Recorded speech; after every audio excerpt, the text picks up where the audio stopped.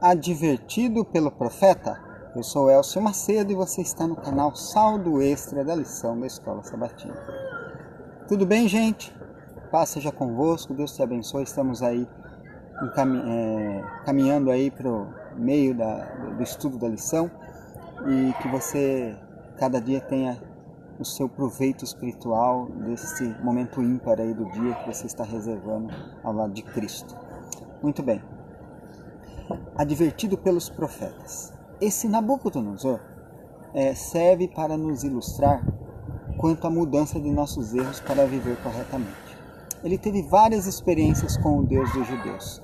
Se não vejamos, antes de governarem, reis e imperadores eles eram muito bem informados sobre a história de seu povo, bem como dos outros povos. Nabucodonosor, por certo, conhecia a história da saída do Egito e de como seu exército morreu afogado, sobre a travessia do deserto, bem como a conquista dos reinos cananeus.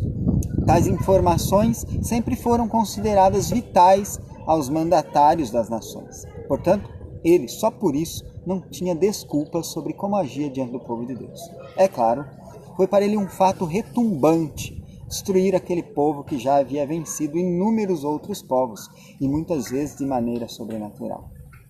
Desde que existe nação e escrita, também passou a existir os sistemas de informação aos reis. Em Babilônia, isso se constituía pelos magos, astrólogos, adivinhos, que, sendo considerados sábios, também se mantinham informados sobre a história e o que se passava em outros países, para informar ao rei a cada ponto. Bem, ele ficou sabendo que iria conquistar a Judéia e depois iria destruir o templo, que isso era uma profecia divina. Portanto, deveria saber que havia alguém acima dele. Ele já conhecia as profecias de Jeremias, até por isso o protegeu. Teve a experiência dos 10 dias dos jovens se alimentando diferente do que ele queria e foram melhor sucedidos que os outros. Ele não mudou nada na dieta para aqueles jovens excelentes e mais promissores que os outros. Teve a experiência também do exame após 3 anos de curso, em que ele mesmo os achou 10 vezes mais doutos que os próprios sábios que o assistiam. Teve a experiência do sonho da estátua, que só o Deus dos judeus pôde resolver, visto que Daniel, ao interpretar, falou: há um Deus nos céus. Lembram? Lição passada. Teve a experiência da fornalha de fogo, que ele ficou impressionado, até que baixou um decreto a favor do Deus dos hebreus. Pois bem, o que faltava ainda? Que esse Deus viesse a ele ao vivo e a cores perante ele? Aliás, ele viu esse Deus na fornalha, se lembra?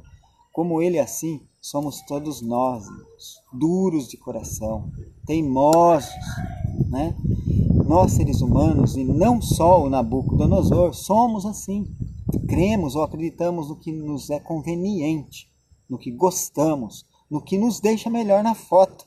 Vamos usar essa expressão, né? Como se diz, na selfie.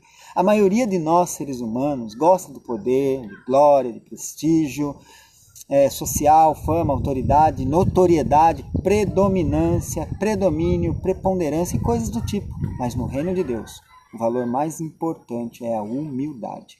Jesus veio nos ensinar a ser humildes. Ele, como homem, como Deus, é humilde.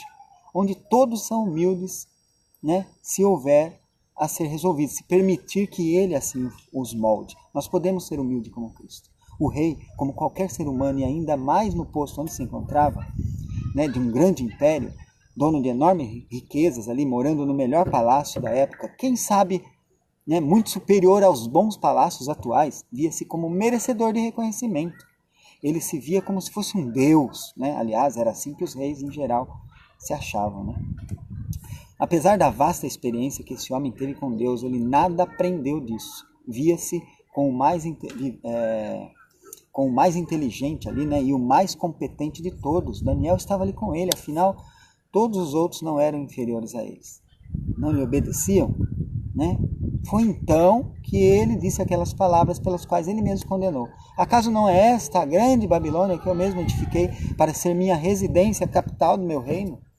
Mediante a força do meu magnífico poder, né, diz ele, e para a glória da minha majestade. Olha o eu, né?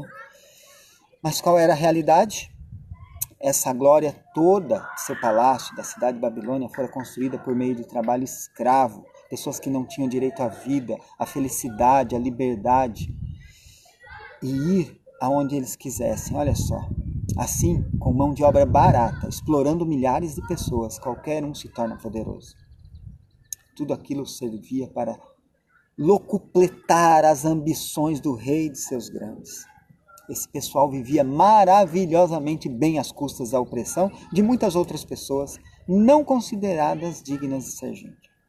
Ele, Nabucodonosor, ainda prestigiava outros deuses que não eram nada. Dava maior importância aos seus sábios, que só o afundavam ainda mais em seus pecados, pois eles faziam o mesmo e gostavam daquela vida. Daniel foi ousado em acusar o rei de que ele deveria parar de explorar os pobres, seu principal pecado.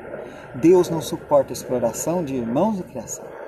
Um ano depois do conselho de Daniel, Deus transformou Nabucodonosor em um bicho, literalmente. Lá estava o grande rei pastando no campo, ao lado das vacas. Precisava tanto, ó rei? Para ele, sim. E para nós? Até que ponto Deus precisará usar recursos para que nós entendamos que Ele é o dono de tudo e que nós precisamos ser humildes nas suas mãos para então sermos usados para a honra e glória dele, né? Não deixemos de lado os valores financeiros, de posses, e valorizemos mais a mim, a você e as pessoas. Vejo você no próximo estudo.